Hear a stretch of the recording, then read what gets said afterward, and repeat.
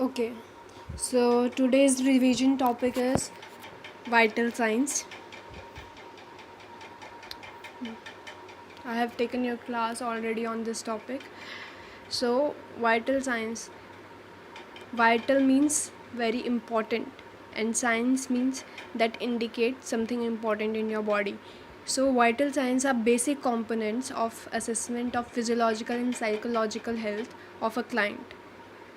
These vital signs are body temperature, pulse, respiration, blood pressure. These are the signs of life. Vital signs are also known as cardinal signs because these signs are very important and they indicate how your health is going mentally and physically both. Because if you are mentally disturbed or physically disturbed, it indicates by these signs. There are some normal values of vital signs. Temperature, it should be 98.6 degree Fahrenheit or 37 degree in Celsius in adults. Then pulse rate is 72 beats per minute. Respiration, that is 16 breaths per minute. And blood pressure 120 by 80 mmHg. First of all, you have to know that when we are mentioning any kind of vital sign, or if anybody asks from you what is the normal range, you should tell the range, not a particular thing, not a particular number. So we're gonna discuss about these ranges further.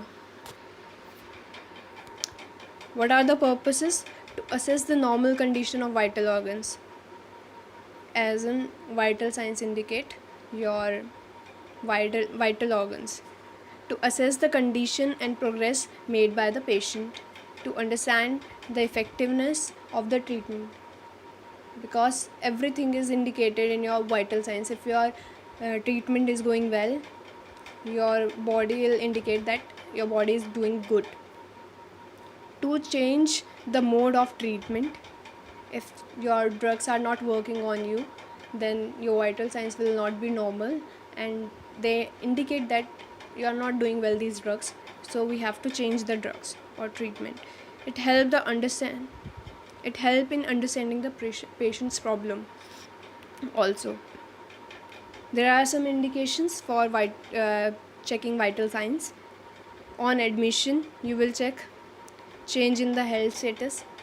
First of all, whenever patient come to you, you have to check the patient's vital first. Then if there is change in health status, you have to check it. Surgical procedure, if you are going to do any surgical procedure, you have to first of all check the vital signs, and throughout the procedure you have to check, you have to keep an eye on the vital signs. Administration of drugs, invasive diagnostic procedure, in all these things. Principles of vital signs.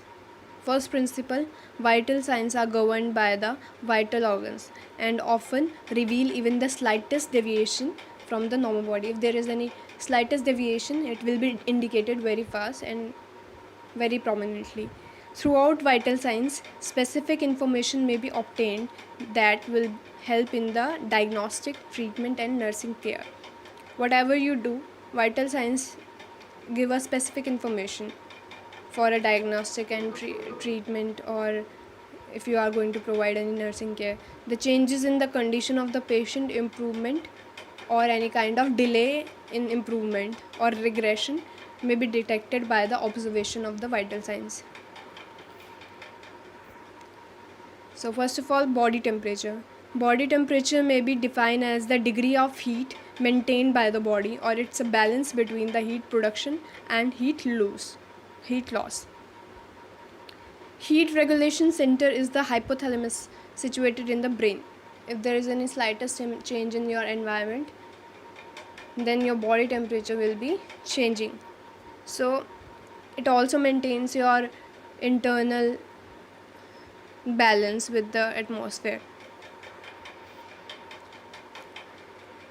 Normal temperature is 98.6 degrees Celsius and 37 degrees Celsius.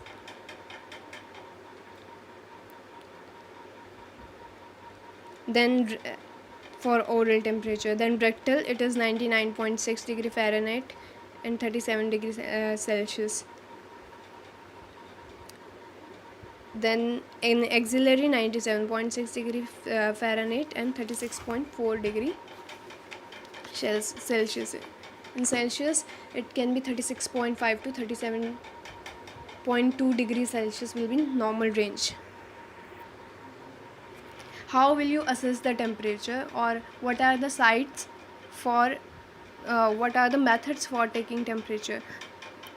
There are some different types of thermometer we use to take temperature, to assess temperature. Glass or clinical thermometer, electrical thermometer, tympanic membrane thermometer is used for your ears. Okay, by taking. Then disposable paper thermometer and temperature sensitive strips and chemical dot thermometer. All these methods are used for taking temperature. For temperature, there are some abnormalities I have already taught you, so you can refer the book for all these abnormalities of temperature. Then pulse. Pulse is an alternate expansion and recoil of an artery as the wave of blood is forced through it during the concentration of the left ventricle. And the pulse can be felt by the finger on the point where arteries are crosses a bone close to the surface of the skin. So it's an alternate expansion and recoil, because when blood goes with the gush, you can the artery alternately expand, and after passing of the blood, it recoil back. So this is a definition of pulse, how it works, and how we can find out where pulse is. So there are some sites to taking pulse: carotid pulse, carotid artery, brachial artery, radial ulnar artery, femoral artery, popliteal artery, back of your knees, then posterior tibial artery, dorsalis pedis. All these are sites to take pulse.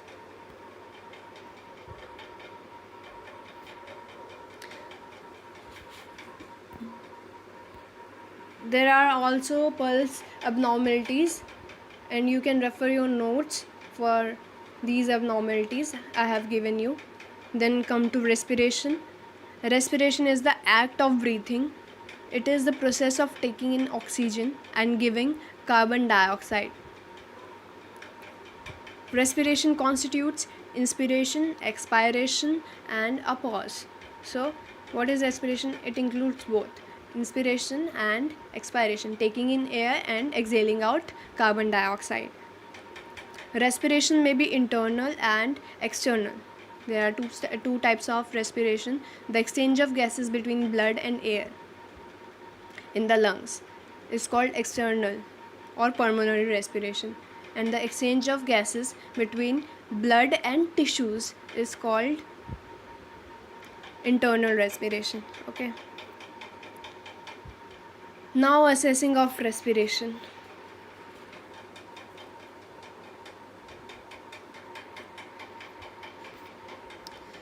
Okay, you have to keep a check on when you are going to take patient's respiration. You have to keep in mind that you don't tell the patient that you are going to take respiration, otherwise patient will feel conscious and not move or take air or do respiration as normal as he can do. Okay, so there are some general instructions for taking TPR, means temperature, pulse, and respiration. First of all, you have to wash your hands. Whenever you are doing any kind of procedure, first step is always wash your hands, and before and after your procedure. Before proceeding, collect all the articles near beside of the patients. Everything should be collected. You have to keep the things in your reach. Select proper sites for the temperature, pulse and blood pressure. From wherever you going to take, select the site and tell the patient that you are going to do this procedure on the patient, and you are going to perform all these things, so that patient will be in comfort and is able to, and patient will be able to participate with you.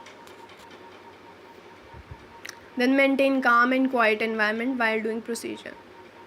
Provide comfortable position to the patient.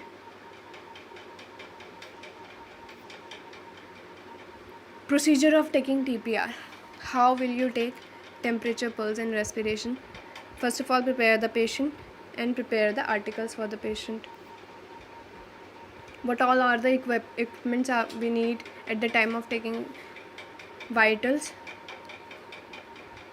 If you are taking oral, axial, rectal, whatever method you are going to take for temperature,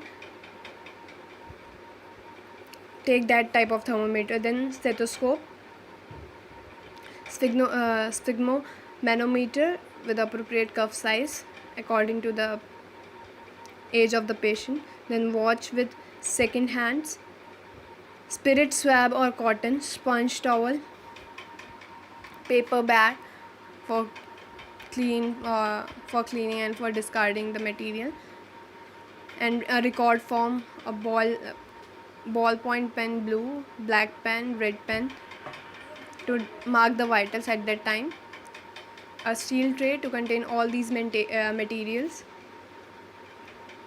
Then wash your hands and take articles to the patient. Besides, and wear gloves in case of rectal temperature. If you are going to take rectal temperature, you have to wear gloves. Explain the procedures to the patient. Take the thermometer and clean with spirit swab.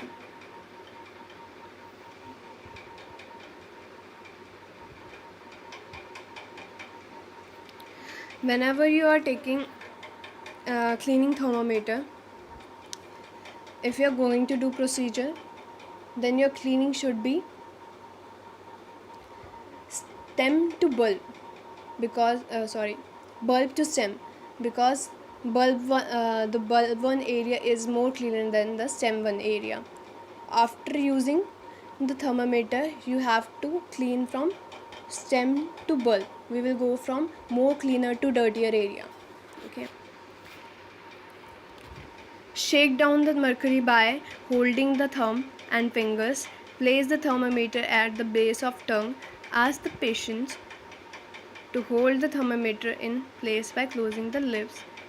First of all, I would like to tell you, if you are going to hospital, then there's no need to take temperature by mouth. We usually prefer taking temperature by axillary method or axillary temperature.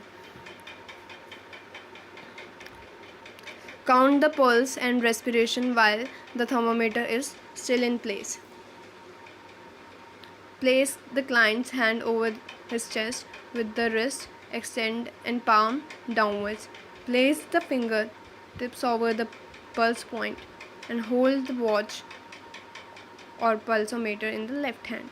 Start to count the pulse rate with 0, then 1, 2, 3, 4.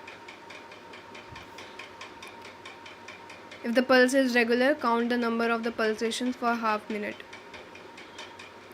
For your beginners, you have to take a full minute pulse because it is compulsory. If the pulse is irregular, you have to count for 1 full minute. Okay. With the right hand still on the pulse, count respiration by watching the rise and fall of the chest. How will you take respiration? You have to keep an observation.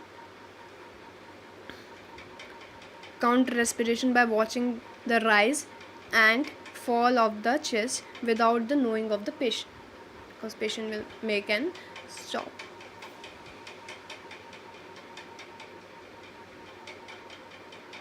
Then remove the thermometer after 2 minutes and check the temperature at the eye level in opposite side of the light. in mercury thermometer.